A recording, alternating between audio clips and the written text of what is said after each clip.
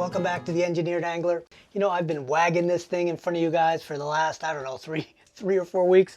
It's been a while. We've been working on this, but we've been working on a lot of different aspects. First, the design, the shape, the way it actually moves, the weight and distribution of the weight, and finally the strength of the segments.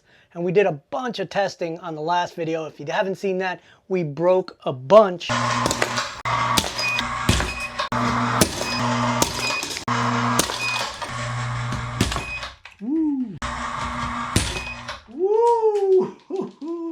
Of the lure pieces to check how strong they were. And through a bunch of experimentation and adding carbon to the mix and everything, we went somewhere from about 37 pounds with no additives at all the way up to 119 pounds. That's almost twice the target I had of 60 pounds, which would have been more than enough. What does that mean? That means we can cut out some of the techniques that I used to actually make it stronger and simplify the pour. But we still have to do a couple of things to make sure that segment stays strong, because that's where the most delicate part of the lure is, that little hinge right on the head.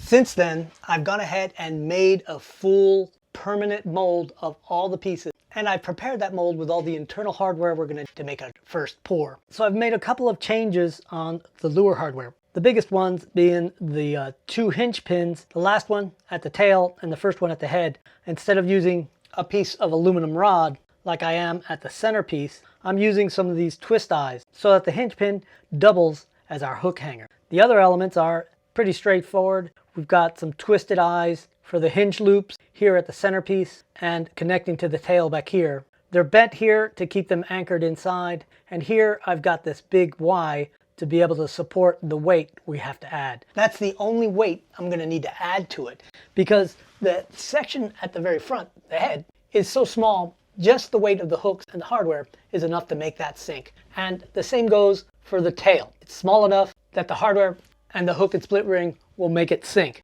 The midsection, the front midsection, is the one that we did all that modification to, and because of those modifications, it actually sinks on its own. The only thing that I need to get to sink is this center back piece with the fin. That one just needs an extra 3 grams to get it to sink, and I want it to sink not fast, but rapidly enough that I can use this in salt water. So for all the internal hardware, I used 2 different sizes of the stainless steel leader wire. I have this 360 pound stuff, and then the lighter stuff is 218 pounds. Now, because this wire is so heavy, a little bit difficult to bend and twist around itself, I haven't been using my normal twisting pliers to twist these eyes. I've just been sticking the wires in the chuck and letting the drill do the heavy lifting. So we've got some big plans for this video. We're going to go ahead and cast our first complete lure, and then we're going to prepare it to paint it. And then we're going to take it out to the water and fish with it, all in this video, hopefully. But right now in this part of Florida, we've got some big, dangerous wildfires, and a lot of them are over on the West Coast. May affect my ability to get out to the water and fish. Not to mention the ones near us right now. There's been some communities just east of us that were evacuated. So I'm crossing my fingers that those brave folks that do all the firefighting get that stuff under control. All right, with everything in place, we might as well go ahead and pour our first lure.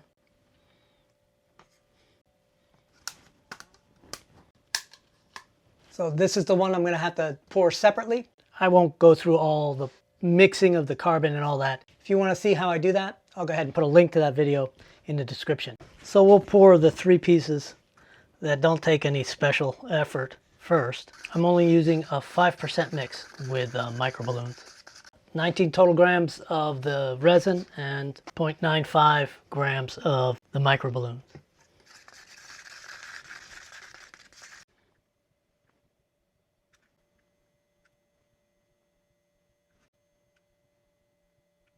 All right, I'm going to go ahead and do the special mix for the center one and get that poured, and we'll get back to this when we're ready to demold.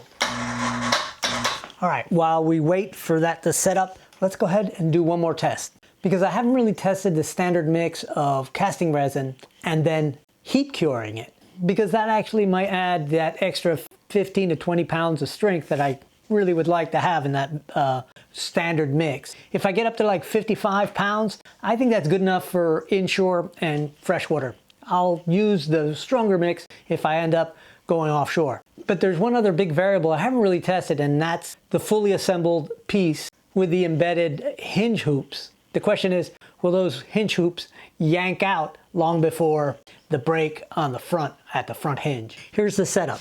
This piece is the same as all the ones we broke. The only difference now is that we have those embedded hinge hoops, that twisted wire right there. I've got a nail through both of them, and the nail held by this knotted line.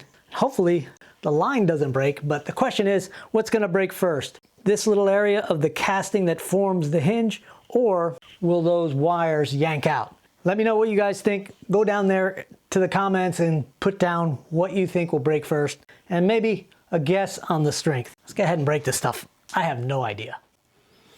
All right, we're set up. Just need to turn on the little scale, change it to pounds, make sure it's zeroed, and let's go. 49 pounds. I think that might be okay for inshore fishing. All right, so here's what it looks like. Basically, it just blows out. These twist eyes didn't budge at all. All right, here we are. It seems to be nice and set. Let's go ahead and open this thing up.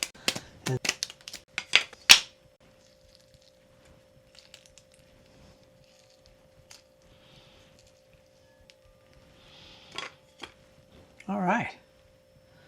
That looks pretty good. You can really see the difference in color with the section that's carbon reinforced.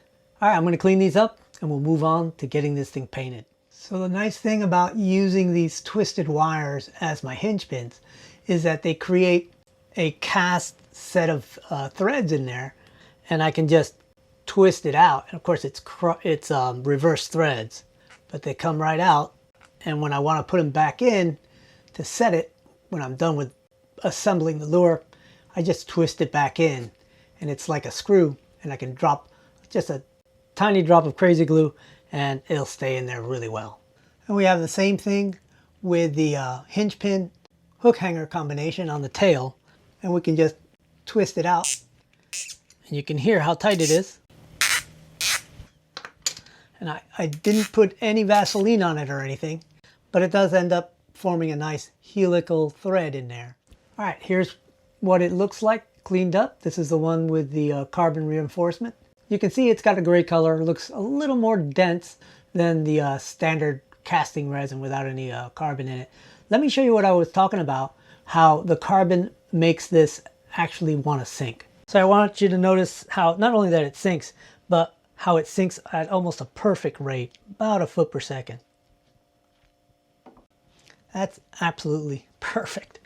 It's actually a little slower than a foot per second, but with the added hooks and everything, this thing will sink just at a little over a foot per second, and that's going to be perfect for saltwater and for freshwater too. So in case you're curious about this piece, this is the only piece that actually has a little split shot in it as a ballast weight, and you're wondering whether my calculations were right. Let's go ahead and drop it in the water and see. I did include the pin because that is part of the weight. So let's see how it does. Perfect. That's exactly what I'm looking for. All right, one other thing I wanted to show you is that the little wire that I have in there that protrudes through the top and the bottom, I need to trim them. And the best way I've found to do it is with a Dremel and a little cutting disc.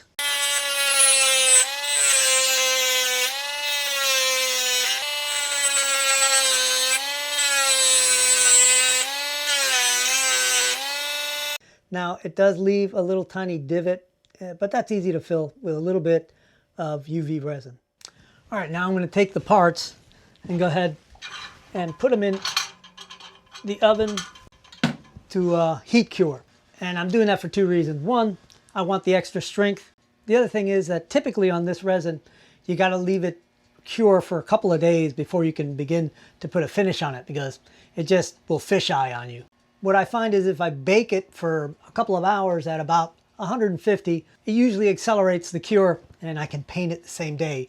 But in this case, I'm going a little hotter, about 220 degrees, and I'm going to let it go for about an hour and then let it cool slowly.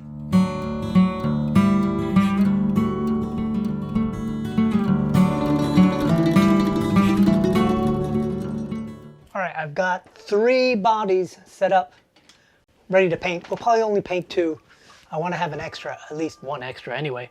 But before we get too far along, the first one, I really want to accentuate that flashing gill. So we need to do a little bit of a magic trick on the first head. All right, we'll put the head right in there. Add the first secret sauce.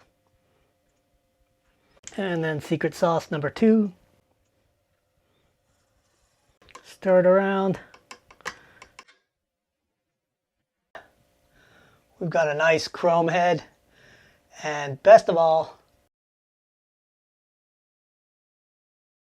that back gill surface is going to be super reflective. I can put some transparent red on it and it'll just absolutely glow. Alright, we're going to start off with this head and this body here, and I want to do just a standard mullet paint job. So black background, silver scales, maybe some black stripes. And instead of chroming the head, I'll just paint it silver.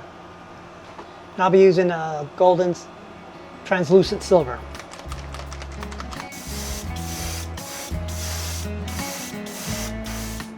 All right, that'll do. Let's move on to the body. First, we'll put some nice big scales on it. And I'm just gonna do silver scales, kind of dense on top and letting it fade to the bottom. All right, that looks pretty good. It's a good start. And I'm gonna paint the belly some silver. That'll help with the fade. All right, let's try to get a couple stripes in there. I just wanna do just some quick stripes.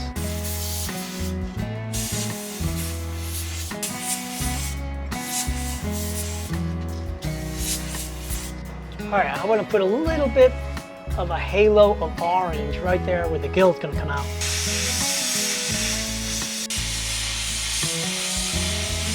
I'm going to put a little bit of orange here.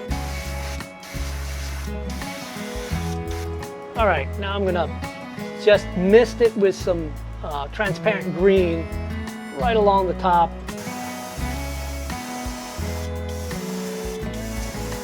And while I've got the green, I'm going to go ahead and match that little bit of a fade on the head. Now I'm going to use a little golden yellow just to highlight a couple of spots. First, the tip of the fin that I repainted silver.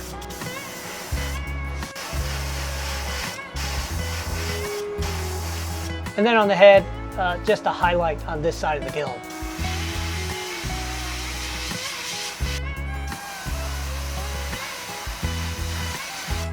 And now I need to make sure the top of the head is black to match the body.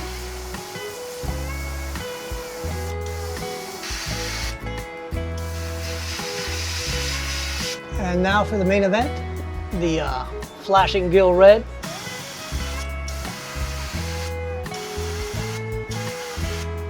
It's looking pretty good. Let's give the chin a little red too.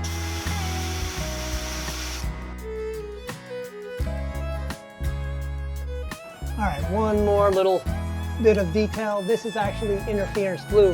What it is sort of a color shift to blue. So any dark colors like black will tend to shift to blue when you look at it at a certain angle. I'm not sure the camera is going to pick up the color shift, but it might. Yeah, that's got it. And I'll give the head a little touch. I think the camera's showing it a little more violet than it is. All right, I'm gonna set this aside, let it dry, and we'll get started on the second one. Second one, we're gonna give white paint undercoat, because that's gonna be another saltwater species. It's gonna be a pinfish. And I've never actually painted a pinfish pattern. I've scratched my head for years on trying to think of how to actually layer the colors so it gets that almost speckled plaid kind of look with blue and yellow. But I think I got an idea of how to do it. And I'm going to go ahead and do these individually so I don't have to fumble with it to set it up on the holder.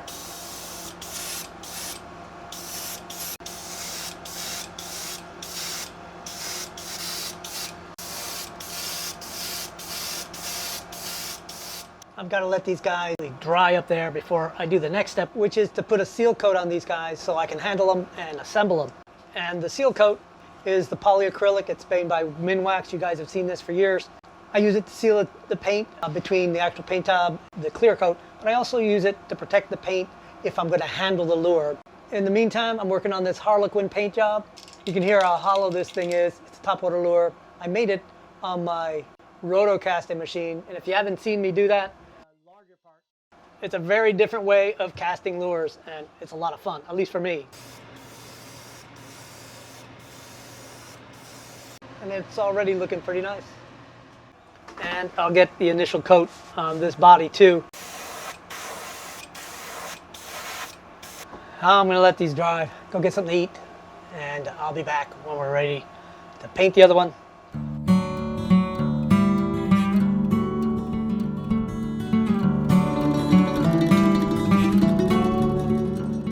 I decided to go ahead and work with this one assembled too, because I am gonna have to put stripes on there and they kind of have to align, right? I'll do it basically the same way as the other one, but first step is to put down some transparent blue.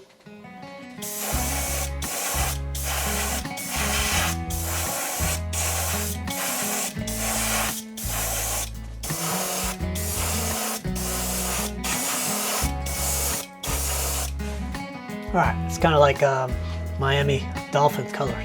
I'm using a much finer mesh for my scale patterns, and we're gonna put silver over the blue.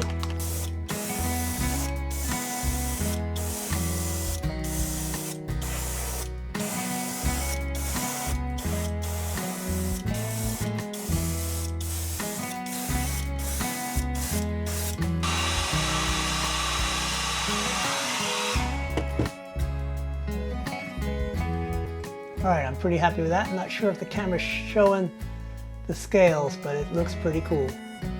All right, now comes the exciting part. Trying to put stripes on it with a bright yellow.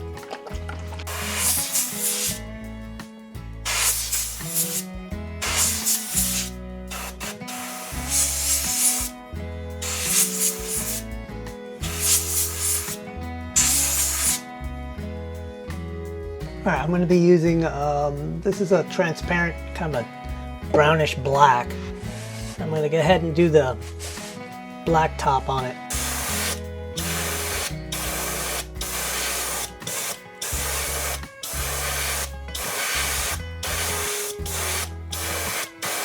And I'll do the same thing with this guy. I didn't show it, but I did put some scales on the head. And now I'm going to go ahead and put some vertical bars on this thing using this guy. Wonder if I should freehand it. Yeah, I think I'm going to freehand it.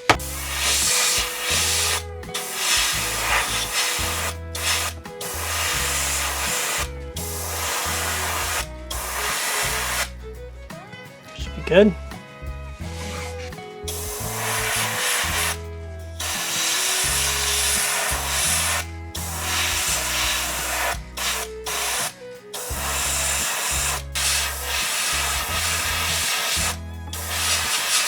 All right, I'm pretty happy with that. So I think that's gonna look good when it's all said and done. It's gonna look pretty cool.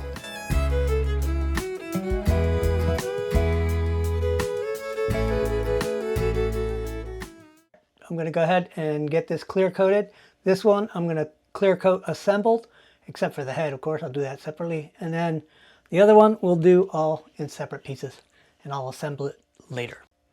Just gotta be a little bit delicate when you do it this way, not to get the thing glued together. All right, that's looking pretty good. All right, we'll get this thing turning, and I'll let it turn for a few minutes before I close it and turn the lights on. And we'll go ahead and put the head in there too. All right, now for this guy, the pinfish.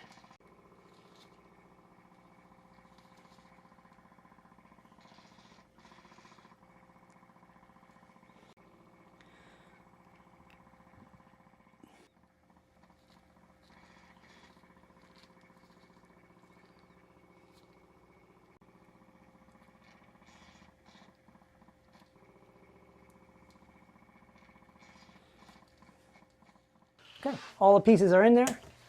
Turn the lights on. Close this bad boy up. Next time you see them, they'll be assembled and ready to go fishing. And maybe we'll already be on the water.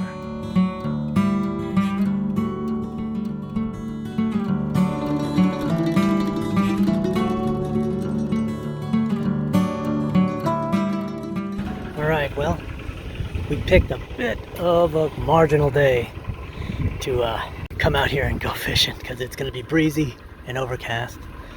But we got peak high tide. It's a celestial tide, full moon.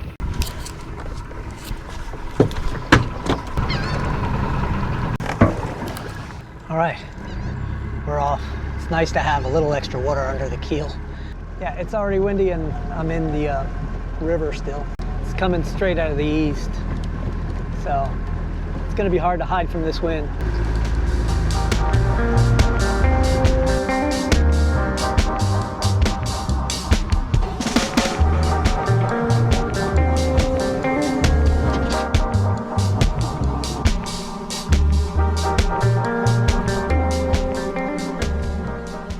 All right, let's get our quiver out.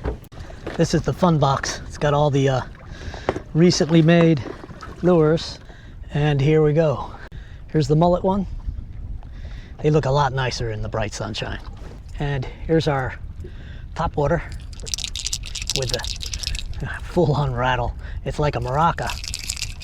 Anyway, I'm gonna go ahead and start off with this because I'm not sure we'll get better conditions for topwater than right in here right now. I'm actually starting to feel some raindrops, so hopefully this doesn't turn really bad on us. Every now and then the sun pokes out just a little bit. This wind I could cast probably 80 yards with this light lure, but I don't want it that far from me. I'm fishing with light line and I don't want to get this line pulled across. Oh, we just had a big blow up. Oh, he's on. He's on. All right. So cool. Not sure what it is. It hit the top really, really hard. All right. Oh, he came off. No flipping way. Oh, crap. Son of a gun. Man, he slammed this thing. Oh. A little bit. Man, that was a good strike. I can't believe I missed that fish. Really kicked myself. You know, when you don't come out fishing often enough, you do lose your edge. It definitely, I mean, you still have all your, you know, whatever bit of knowledge you might have collected over the years, but it's still one of those things. It's a physical skill. And if you don't have the timing and the feel on the rod when something's actually on there, whether it's swimming towards you or not, if you're out of practice, you're gonna lose more fish. And what I'm saying is, is I'm out of practice. Ooh, there's a little one, a little trout. But he's definitely a energetic little dude. Yeah, it's gonna be just a little short. That's a pretty fish though. Get this guy unhooked and we'll keep fishing in this area. Well, he's 15 and a half, so he's actually a keeper. See if we can pick up another one right in here with the top water, and then we'll switch to one of the swim baits. What do you guys think? Dark water, dark skies, dark lure? Or you guys are the type that think bright lures no matter what?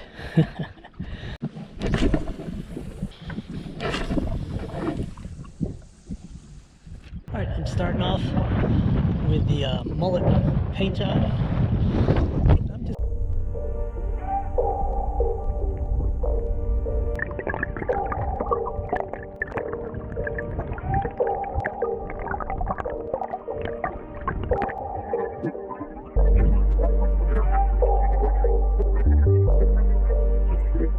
gonna cast it out there and just slow roll it back.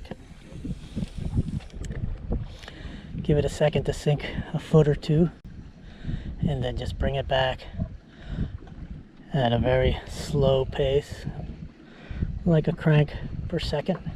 Give it a pause and a twitch, and keep going. Well, this place is full of mullet, jumping everywhere. Is that a good sign? I'm really happy with the action on this lure. Well, the sky started to clear and I changed out lures 3 or 4 times. It was a nice spot to fish, but I was getting nothing. So it was time to move somewhere else. The sun finally came out, but the wind kept blowing and the waves now were building. So there was a pretty good chop going across this bay.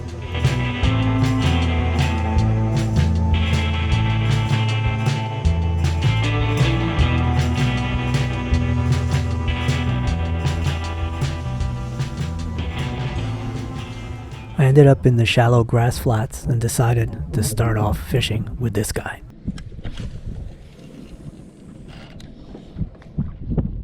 Just snapped my rod, this Penn Pursuit. I've never had a cheap rod do this. Man, that really ticks me off, because there was no reason. If I was fighting a fish, I might give it some reasoning there, but I was just casting this lure. And I wasn't casting hard because I'm casting downwind. It's just had a flaw in it or something. Piece of friggin' garbage, man. Okay, so I'm holding back the urge to throw it in the ocean, but shouldn't throw anything in the ocean, especially garbage. I did a lot of work to make sure my lure was strong. You'd think they would do a little bit of work themselves. Yeah, you can really see the wind lines and hear it. I'm sure you can hear the wind. It's blowing pretty good. This wind had me drifting way too fast, so I threw out my drift sock. This is like a little parachute. It catches the water and acts like a brake. Slows you way down. Right. Back to the mullet. So we're in like 7 feet of water. I'm gonna let it sink for 3, 2, 1, maybe 5 total seconds. Alright. Now I switch back to top water and get what I catch. A pinfish! Well, maybe a little too much blue in mine. Next time we'll go with bigger silver scales. I think it'll look a little more natural. And you know, they don't all have that spot, but this one does. Well, quick update here. I've been fishing for another 45 minutes and absolutely zero as far as getting any kind of bites. I had a couple little bumps on some midwater lures. And I'm going through my entire tackle box. Right now I'm using this gold topwater lure. Again, these are all lures I've made, and I have a lot of confidence in all of them. Is that misplaced confidence? Anyway, sometimes you're fishing, sometimes you're catching. Let's see what happens. I got a couple hours left in me. The wind has been blowing consistently out of the east, blowing the tide in. So it was high tide when we got here, and the tide is still high. So there's just not much water movement. And I'm fishing with topwater because that's the only thing I've been catching anything on. All right, I just had a redfish follow the swimbait back, and it looked hesitant to bite it. I think it's just a little big for that little redfish. Well, it wasn't a little, it was probably a keeper redfish, but I'm throwing my fat belly lure to see if a smaller lure will get him to bite it. But at least there's a sign of life. I was getting desperate there because it seemed like all the fish had left.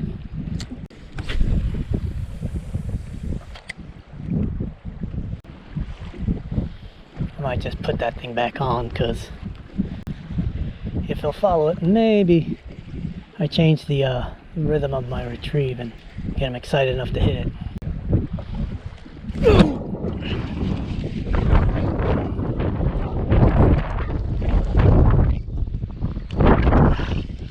We definitely got hit on that one.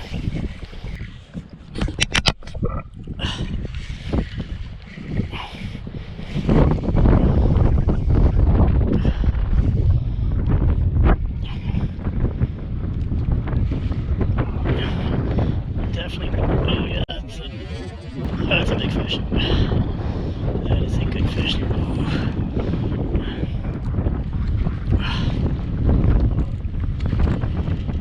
Man, I got a light line on this thing. Probably gonna be too big to keep. Oh man, that's a good fish. I just want to bring him to the boat. I should have probably been fishing with the other lure. So at least... Oh, come on. Oh, come on. Settle down. Settle down. Ooh, ooh, ooh. Oh my goodness. Uh-oh. I wonder if it feels like he's getting attacked by a shark. I knew it the moment the drag really started to rip out. It went from feeling like a 20-pound fish to an 80-pound fish. I've only had this happen to me a couple of times, and it's a terrible feeling to have your fish being destroyed on the end of your line.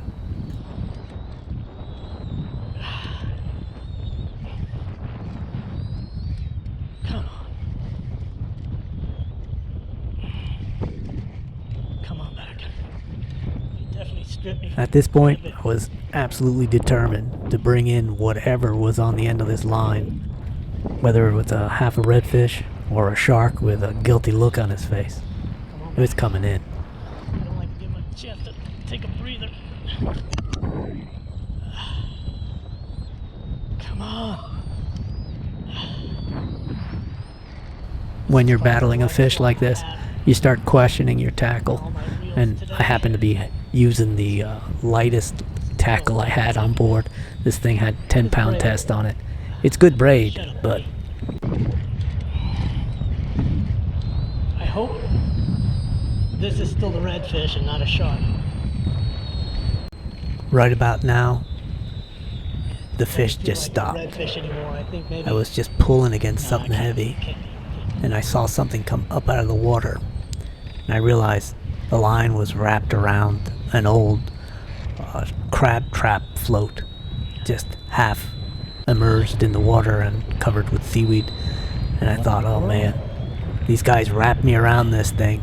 I wonder if there's a fish still attached. Use the trolling motor to go over there. Yeah, look at that. He freaking got off and hooked me onto this thing. It's an old trap. Oh my God, what a day. What a day. This is not funny. Not funny at all. Look at that, man. I can't believe that. Bloody redfish.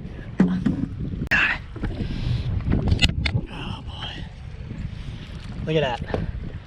All that line. Let's see if I can get this off before it. That redfish was probably close to my personal best. What a shame.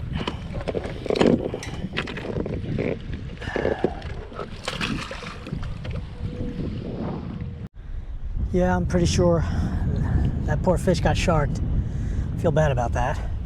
Not only I didn't get to bring him in and at least get some photographs, he probably didn't get to live. All right, since there's some big reds around, let's throw this thing and hope we don't lose it. Hopefully that shark is no longer hungry. I'm gonna go ahead and set the pin anchor here and just work this shoreline. You can actually see the foam on the water coming towards us now. So the tide actually is moving this way, and we're gonna be in some very shallow water very quickly. So it's good that we're leaving. Well, the tide is rushing out and the wind has really picked up. So it's time to go. Didn't catch a whole lot of fish, but we certainly had our share of drama today. Well, back in the river, getting ready to pull up at the ramp. So just want to say thanks for everybody who waited for this video, because I know it was supposed to be put up last Sunday. Things just didn't come together for me, so we had to wait till now. Hopefully it was worth the wait. I always enjoy coming out here to fishing.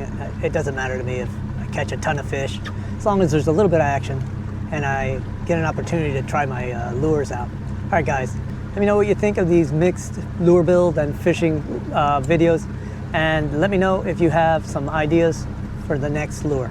All right, I'll see you on the next one. And dangerous wildflower. Flowers? No, there's very few dangerous wildflowers.